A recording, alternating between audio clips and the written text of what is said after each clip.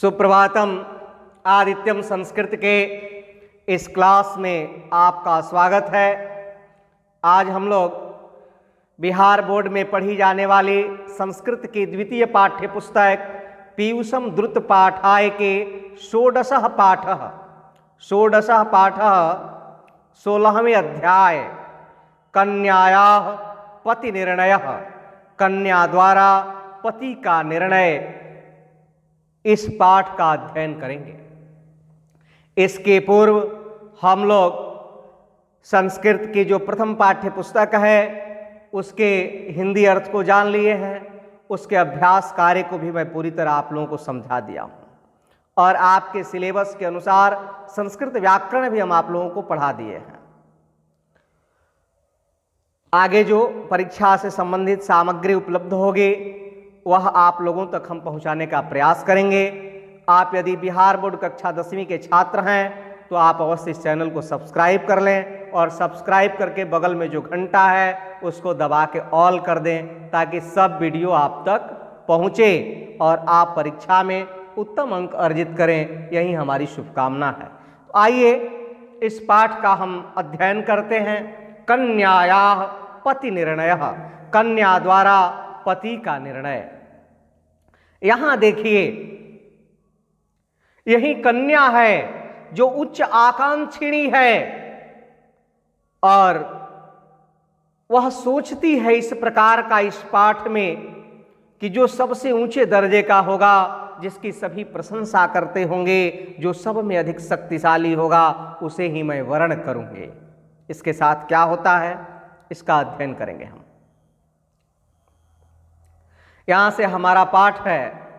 लिखता है, कस्मिंश्चित् ग्रामे कश्चन पंडितः निवसति स्म। किसी गांव में कोई पंडित रहता था। कस्मिंश्चित् ग्रामे कश्चन पंडितः निवसति स्म। कस्मिंश्चित् ग्रामे किसी गांव में, कश्चन मीन्स कोई, पंडितः निवसति स्म पंडित रहता था। तस्मिन् ग्रामे सः सर्वमान्य आसीत्। उस गांव में वह सर्वमान्य था, सबका पूज्य था। तस्य एका सर्वगुण संपन्ना कन्या आसीत्। तस्य उसको एक सर्वगुण संपन्न कन्या थी। अब इस कन्या के पूर्व विशेषण लग गया है, वह क्या है? सर्वगुण संपन्न, यानी सभी प्रकार के गुणों से संपन्न कन्या थी। आशयसवात् अतीव स्नेह आदर सहितया सा वर्धिता आसीत्। कह रहा है आशयसवात्, एकदम बचपन से ही, अतीव बहुत ही, स्नेह आदर सहितया, स्नेह और आदर के साथ, सा वर्धिता आसीत्, वह बढ़ी थी, वह पली बढ़ी थी। शैशवावस्था से ही, बाल्यावस्था से ही वह बहुत ही स्नेह और आदर के साथ पली बढ़ी थी। क्रमशः तस्याः वयोवृद्धि अभवत्। क्रमशः वह क्या हुई? वयोवृद्धि अभवत्, जवान हुई। क्रमशः ऐसे भी एक शिशु जो है, शिशु के बाद बालक का रूप ले लेता है और बालक के बाद जवान हो जाता है, फिर बुढ़ापा आता है। यह जो है अवस्थाएं हैं। तो बाल्यावस्था के बाद वह वयोवृद्धि अवस्था को प्राप्त हुई। क्रमशः तस्याः वयोवृद्धि अभवत्, क्रमशः वह जो है जवान हुई। तस्याः परिणयार्थम बहवः प्रस्तावाः आगताः।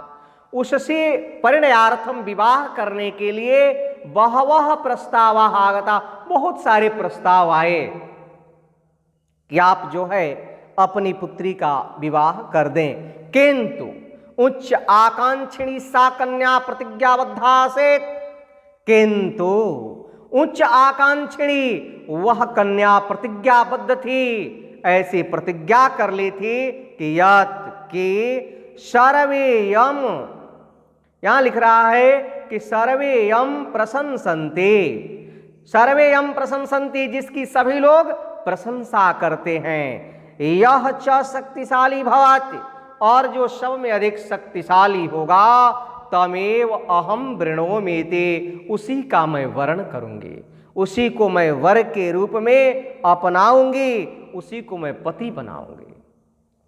किंतु उच्च आकांक्षिणी वह कन्या प्रतिज्ञाबद्ध थी कि सभी लोग जिसकी प्रशंसा करें, जो शक्तिशाली हो मैं उसी का वर्ण करूंगी। आगे देखते हैं। आगे लिखता है कि एकदा एक बार, यहां लिख रहा है एकदा एक बार, तस्य राज्यस्य महाराजः हस्तिपृष्ठम समारोहे तद ग्राम आभ्यंतरम समागतः। एकदा तस्य राज्यस्य, एक बार उस राज्य के महाराजा मीन्स महाराज जो राजा था, हस्तिपृष्ठम हाथी के पीठ पर, समारोह चढ़ करके बैठ करके, तद ग्राम अभ्यंतरम उस गांव के बीच में, समागतः आया।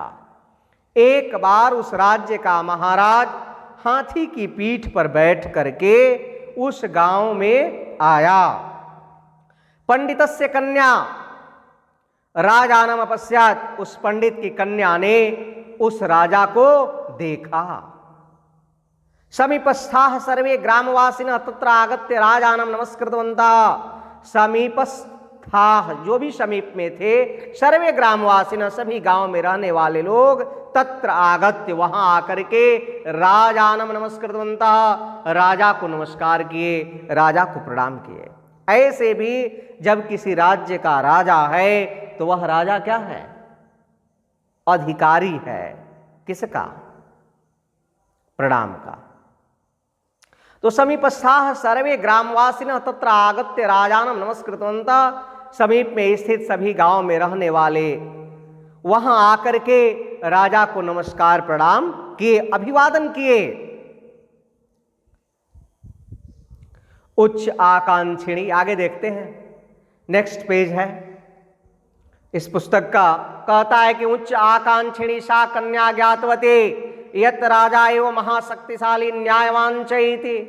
उच्च इच्छा वाली वह कन्या, उच्च इच्छा वाली वह कन्या जानी कि राजा एवं महाशक्तिशाली, राजा है महाशक्तिशाली है, न्यायवान च और न्यायवान है।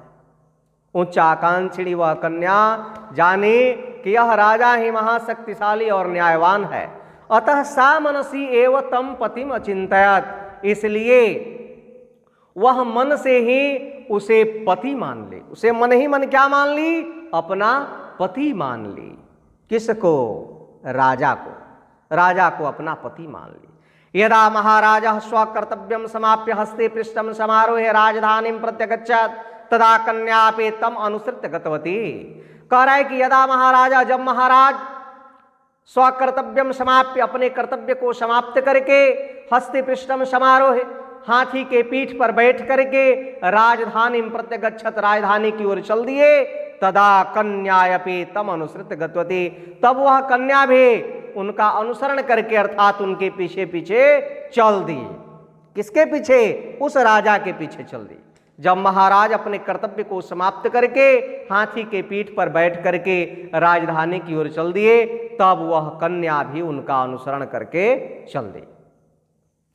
आगे लिखता है कि पथि महाराजा स्वस्य गुरुम अपश्यत। पथि रास्ते में महाराज ने अपने गुरु जी को देखा। पथि महाराजा रास्ते में महाराज ने स्वस्य अपने गुरुम अपश्यत गुरु को देखा। सह गुरु साधु वेशधारी आसेत, वह गुरु साधु वेशधारी था। वह गुरु साधु वेशधारी था अर्थात साधु के वेश में था।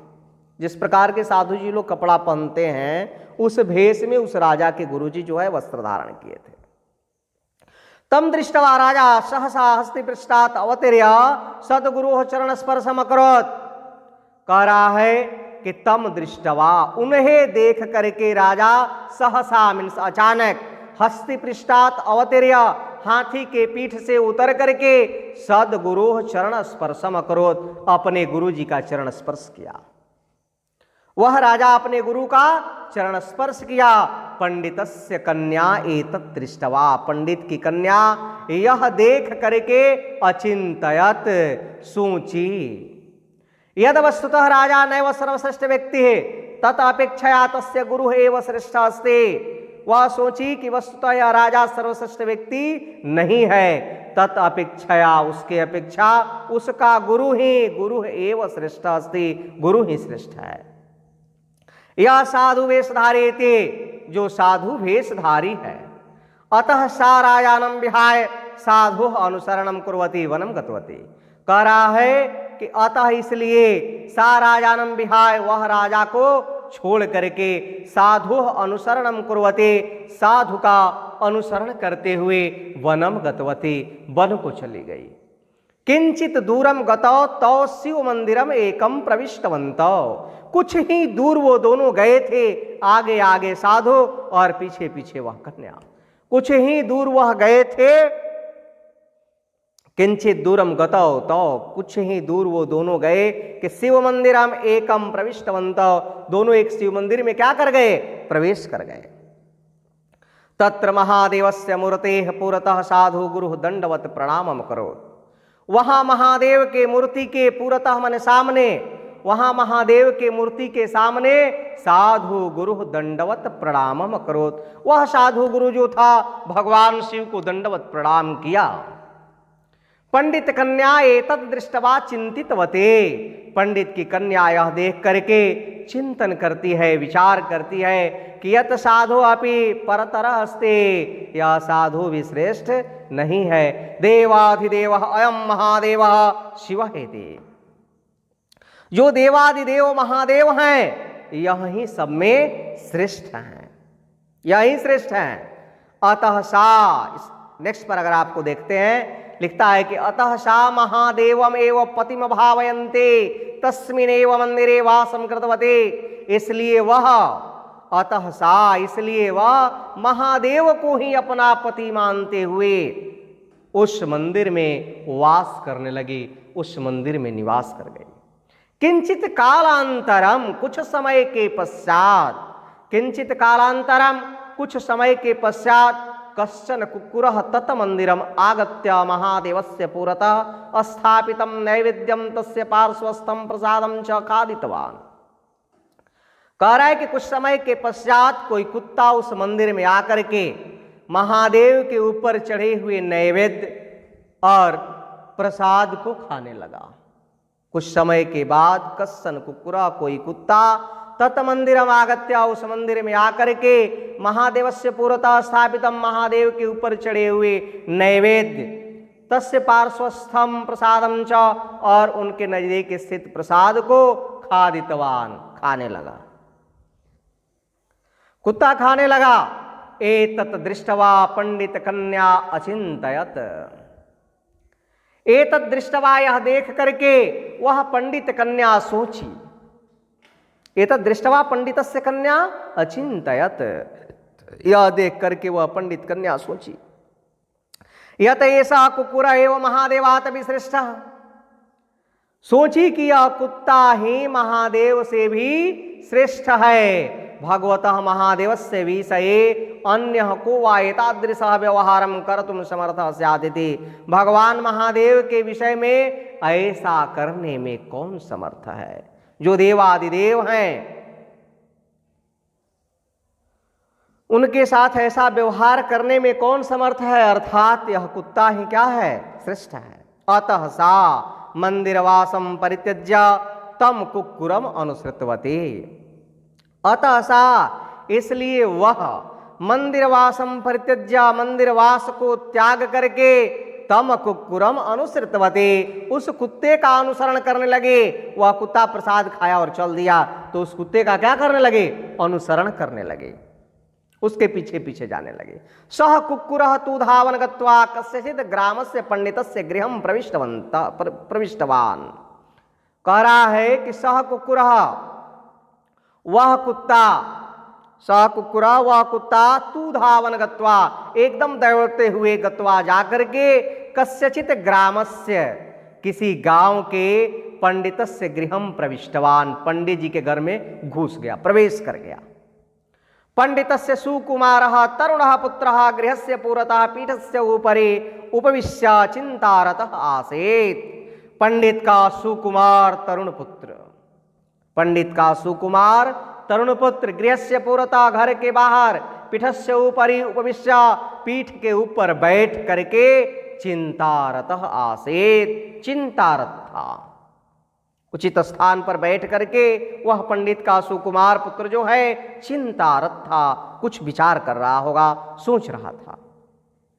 कुक्कुरः तस्य पार्श्वं गत्वा, वह कुत्ता पार्श्वं गत्वा उसके नजदीक जाकर के सस्नेहम तस्य पादलेहनम आरब्धवान, वह कुत्ता उसके पास जाकर के सस्नेहम यानी प्रेम के साथ तस्य पादलेहनम आरब्धवान, उसके पैर को चाटना आरंभ कर दिया।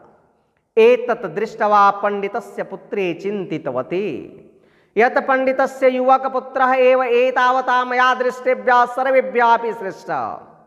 यह देख करके वह पंडित की पुत्री चिंतन की कि पंडित का यह युवक पुत्र एव, युवक पुत्र ही, पंडित का यह युवक पुत्र ही एतावता मया दृष्टिभ्यः, इतने में जितने लोग मिले उतने में मेरे दृष्टि में सर्वेभ्यः अपि श्रेष्ठ, इन सबों में क्या है?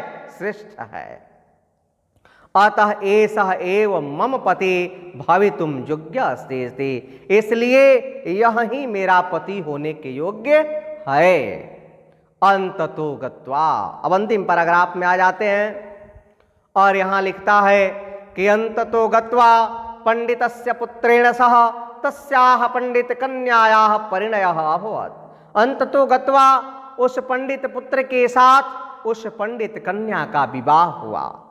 एवं उच्च आकांक्षिणया तस्याः कन्यायाः मनसः इच्छा परिपूर्णतां गता, इस प्रकार से वह उच्च इच्छा वाले उस कन्या के मन की इच्छा पूर्ण हुई। सा सुखेन दीर्घ कालम यावत् जीवनम अयापयत्, और वह सुखपूर्वक दीर्घ काल तक, लंबे समय तक जीवन यापन किए। पढ़ लिए पंडित कन्या की कथा, लिख दिया यहां से कि अंततो गत्वा पंडित के पुत्र के साथ तस्याह पंडित कन्या परिणयावत, उस पंडित कन्या का विवाह हुआ। एवं उच्च आकांक्षिणी उस कन्या के मन की इच्छा भी पूर्ण हो गई, और वह सा सुखेन दीर्घ कालम, और वह सुखपूर्वक लंबे समय तक, यावत तक जीवनम अयापत, जीवन जो है जिए। तो यह पाठ आपको समझ में आया, अच्छा लगा, आप इसे अवश्य लाइक करें, अपने मित्रों को शेयर करें, सब्सक्राइब करें, और अन्य भी बिहार बोर्ड के जो छात्र हैं उन्हें सब्सक्राइब करने के लिए प्रेरित करें। आइए अब इसके अभ्यास कार्य को देख लेते हैं। अभ्यास कार्य में मात्र 3 प्रश्न हैं इस पाठ के। पहला प्रश्न है अनया कथया कः संदेशः प्राप्यते, इस कहानी से आपको क्या संदेश प्राप्त होता है? तो उत्तर लिख देंगे आप कि अनया कथया संदेशः प्राप्यते यत्, अनया कथया, ध्यान दें, अनया कथया संदेशः प्राप्यते यत् मानवम उच्च आकांक्षी भवेत्। इस कहानी से हमें यह संदेश प्राप्त होता है कि मानव को उच्च आकांक्षी होना चाहिए। दूसरा प्रश्न है कि पंडित कन्या अंततः कम पति रूपेण स्वीकृतवती, पंडित कन्या अंत में किसे पति के रूप में स्वीकार की। यह पाठ आपके लिए अत्यंत महत्वपूर्ण है, परीक्षा में पूछता ही है, कोई एक प्रश्न पूछ देगा। पंडित कन्या अंततः पंडित पुत्रम पति रूपेण स्वीकृतवती, पंडित कन्या अंततः उस पंडित पुत्र को पति के रूप में स्वीकार की। फिर तीसरा कहता है कि सा कन्या कीदृशी आसीत्, वह कन्या कैसी थी? तो आप लिख देंगे सा कन्या सर्वगुण संपन्नः उच्च आकांक्षिणी च आसीत्। सर्वगुण संपन्न लिखा है मैंने, यहाँ जो स्क्रीन पर आपको दिख रहा है, लेकिन आप उच्च आकांक्षिणी भी लिख सकते हैं कि सा कन्या सर्वगुण संपन्नः उच्च आकांक्षिणी च आसीत्। इस प्रकार से हम लोगों ने इस 16 पाठ 16 कन्यायाः पति निर्णय का भी अध्ययन कर लिया। फिर हम आपसे मिलेंगे सप्तदश पाठ 17वें अध्याय के साथ। तब तक के लिए बहुत बहुत धन्यवाद, शुभकामना। जुड़ें और लोगों को जुड़ने के लिए प्रेरित करें।